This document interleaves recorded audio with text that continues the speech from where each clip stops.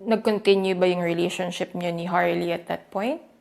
Actually po, nung mga panahon na nasa DND pa po ako, ilang beses na po ako nag-try umalis.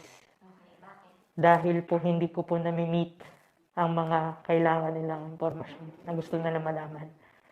Dahil nahamak na assistant lang po ako, yung mga impormasyon na gusto nilang makuha, mas nagiging palalim ng palalim.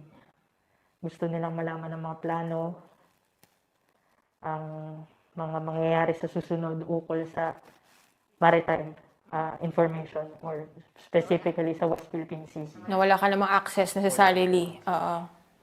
So, noong mga panahon na po na yun, ang dami ko pong natatambakan po ko sa trabaho, ang dami pong problema.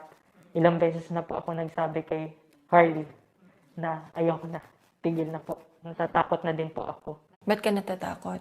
Kasi sa mga pagkakataon na po na yun, napapansin ko na po na mas lumalalim na yung mga tinatanong nila. Kumbaga, hindi ito yung sinign-upan mo. Yes.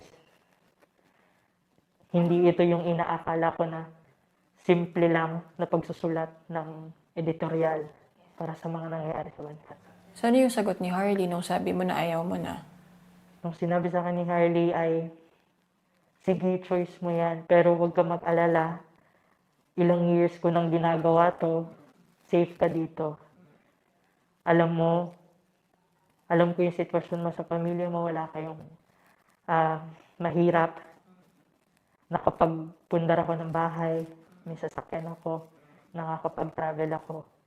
And kilala kita, matalino kang tao. I want you to also experience that. Siguro dahil na rin sa pangangailangan ko and aaminin ko na gusto ko rin magkaroon ng mga meron si Ate Harley. Nagawa akong baliwalain at nagpatuloy ako magsulat ng mga editorial na tinatanong nila. Kumbaga, may gut feeling ka na mali na. Opo. But, so nag-continue yung relationship ninyo even after, kasi you left the Department of National Defense and you moved to the Navy. Could you tell us kung when you moved to the Navy, nag-iba ba yung mga hinihingi nila sa inyo? Opo. Nung lumipat po ako ng Navy, tuwang-tuwa po sila. Dahil nga po, mas magkakaroon na po ako ng mas maraming opportunity na makapag-access ng mga impormasyon, ng mga plano, lalo-lalo na sa mga bagay tungkol sa West Philippine Sea. Kasi maritime talaga yung concern. Opo. So, nung time na po na yun, tuwan-tuwa po sila. Yung mga tanong po, mas lumalim na.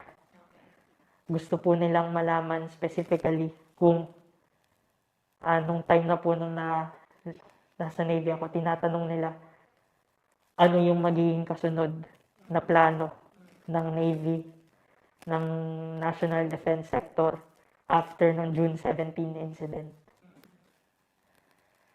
Again, sa posisyon na meron ako ngayon, wala akong access, wala akong alam sa mga plano na yun. Di hamak na assistant pa rin ako kung tutuusin.